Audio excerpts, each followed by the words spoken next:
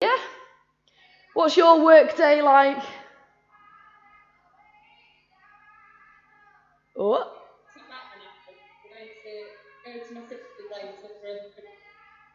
Yeah. I think it's meant to get a bit brighter this afternoon. Yeah. What about you, Shane and Anne? What are you up to for the rest of the day? Well, we've got planned today. Not going to specifically plan. No. We're thinking of making sushi later. Ooh, love a bit of making sushi. First learned how to do that when Chris and I went to visit a place in France, and there was a Dutch family staying there, and they taught us how to make it, and I loved it. It was fab. We're live everywhere now, isn't it? Ooh, live everywhere. Everywhere. All over the world. We have got people who practice over in Chicago, over in the Far East as well. People, yeah, lots of people coming from all corners coming to do classes, so it's nice. Really good fun. And the odd strange man. And the odd strange... Hello, beautiful. Crisp eating man as well. Weird, just joined the Zoom to eat crisps while Rosie was teaching one day, which was quite entertaining. Very bizarre, very bizarre. Just fashioning a crop top with me 1 minute. Yeah, Duncan's in the house today. He's just fashioned himself a crop top as per... He's been doing night shifts, so it's impromptu fashion. It's impromptu, yeah. Alright, what we got going on today? Bit of power to...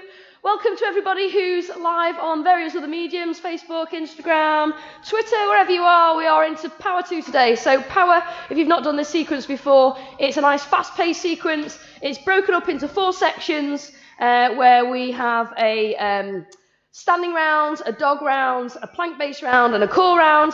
And we'll be moving through each round, and it builds as we go. So you'll get 4 rounds with those intermittent transitions between, and then the next round will be 8, and so forth. I thought you'd thrown something then, Chrissy, but no, he's just limbering up. Oh. Hey, Krista. Hello, mini Krista.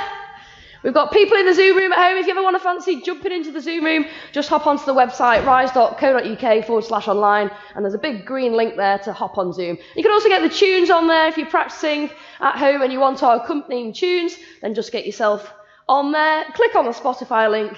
Bob's your uncle, Fanny's your aunt. Off you go. All right, I'm excited. Can you tell? I'm excited. Excellent. We're always excited. Don't know what's wrong with us. I was here at 6 a.m. doing my frosting. He was? And by frosting, he wasn't just like icing cakes. No. He's been frosting the window.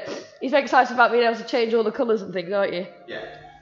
All right, let's make our way down onto our mats, folks.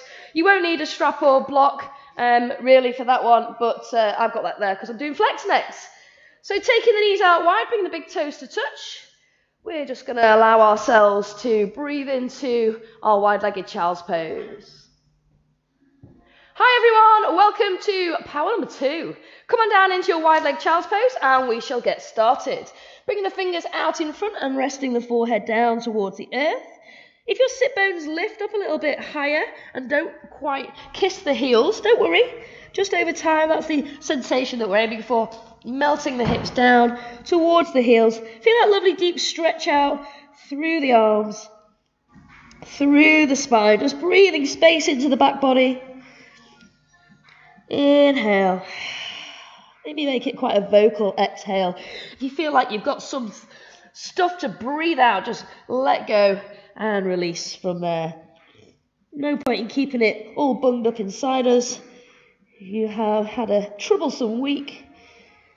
You just feel like you've got the weight of the world on your shoulders. Let the body soften.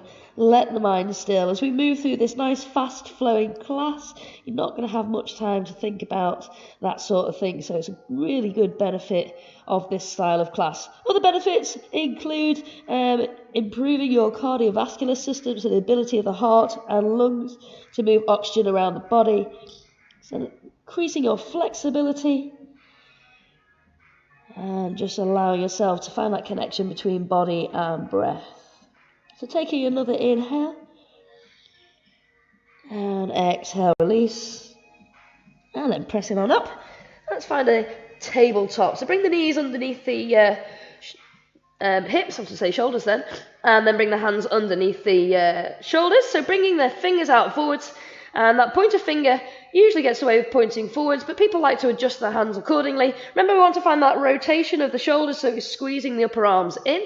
Okay, so from here, let's cat-cow. Squeezing in the belly, inhaling, tilting the sit bones back, dropping that belly down, and lifting the gaze. So try not to compress the back of the neck by looking up too far, and then just allowing yourself to ripple and roll through into that angry cat pose, separating the shoulder blades here, and finding that flow. If you know that you like to take this a little bit deeper in your cat, you can round through the spine, drop the hips to the heels, and then inhale, scoop the chest between the upper arms. So you've got that option there for you as well. You can always take a little hold, so pausing for a few breaths in your cow pose, or pausing in your angry cat. So lots of different options there for you in your cat-cow. If you want to take it a little bit further, you could take the right leg out into this asymmetrical position, and then inhale, bring the knee in towards the nose as you round into angry cat, and then exhale. You can either keep the leg extended or point the toe towards the ceiling so the thigh is parallel into that variation of cow. So it's also called tiger pose. So if you wanted to take this variation, see how it feels? As long as we're moving into the spine, warming up each area of the back. So if you're taking that knee lift, just swap sides now. Take the left leg out long. Inhale, knee to nose. Exhale, release the leg long, or maybe flex that left knee and lifting the gaze. Taking 3 more this side, and then we'll see how our down dog feels this morning. So if you are taking this knee lift, just be mindful that you're not moving over to the opposite side, so leaning to the right in this case. All right, from there, pop the left knee down if it's lifted. Otherwise, just readjust your tabletop position. Tuck the toes, and then inhale, lift the knees off the mat just an inch. So this is our panther pose. We're going to start moving weight forwards and backwards, just keeping the knees slightly elevated off the mat. So don't want the hips right up into the sky. We want to keep them nice and low. So just warming up the wrists a little bit, taking some weight through the shoulders. Well done. For 3, 2, 1, scoot the hips high, keep the knees bent, hands are shoulder width apart, feet are hip distance apart. You can start to pedal out the legs if that feels comfortable. Just be mindful of the shoulders, remember that connection as we externally